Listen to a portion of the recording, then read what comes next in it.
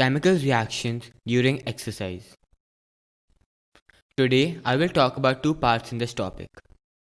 First part is how our body works with the help of natural substances. Second part is how our body works with the help of illegal substances. Let's revise a few things before we move forward. Exothermic reaction. Exothermic reaction is a chemical reaction which releases energy. Endothermic reaction. Endothermic reaction is a chemical reaction which uses energy. Aerobic reaction. Aerobic reaction is a chemical reaction that takes place with oxygen. Anaerobic reaction. Anaerobic reaction is a chemical reaction that takes place without oxygen. Lactic acid. Lactic acid tires the muscles. It is produced in the body when we burn glucose at higher levels of exercise with lack of oxygen. Adenosine triphosphate. Adenosine triphosphate is an energy-carrying molecule. Adenosine triphosphate splits one of its phosphate molecule to release energy to the muscle. This is called exothermic reaction.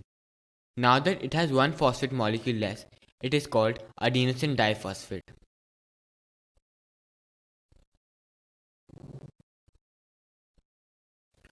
While this happens, our muscles contract.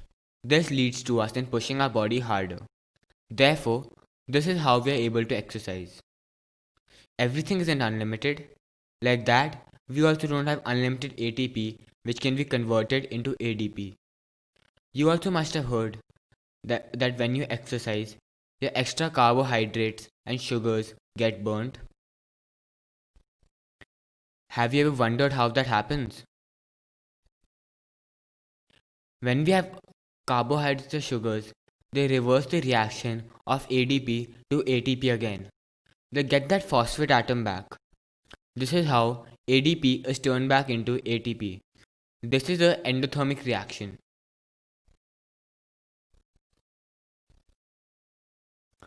That is the reason why athletes eat a lot of carbohydrates a night before an event. By the next day, when their event is there, they have a lot of ATP to be converted into ADP. While this process happens, their muscles contract, which leads to pushing their body harder and they perform well. Another way for athletes to get more energy is to use glucose. Glucose reacts with oxygen to produce energy. This is called aerobic reaction.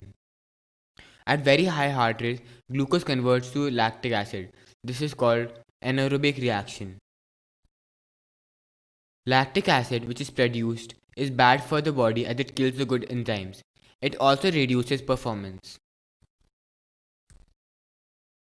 Good athletes train hard to increase cardio capacity, which postpones very high heart rates and aerobic reaction. This graph shows the amount of lactic acid produced in our body. When our heartbeat increases, the lactic acid also increases. We have seen how our body works with the help of natural substances. Now let's see how our body works with illegal substances. Anabolic agents. Anabolic steroids are the largest class of prohibited and most commonly detected drugs. Anabolic steroids mimic the hormone testosterone, increasing muscle mass and physical strength. They have a range of side effects. Stimulants. Stimulants are used to improve alertness, attention, and energy. Taking them can increase blood pressure and cause cardiac problems. Hormones and modulators. A range of drugs which generally interfere with human hormones. They can be used as anabolic steroids to suppress some of the undesirable side effects. Diuretics and masking agents. Diuretics remove fluids from the body.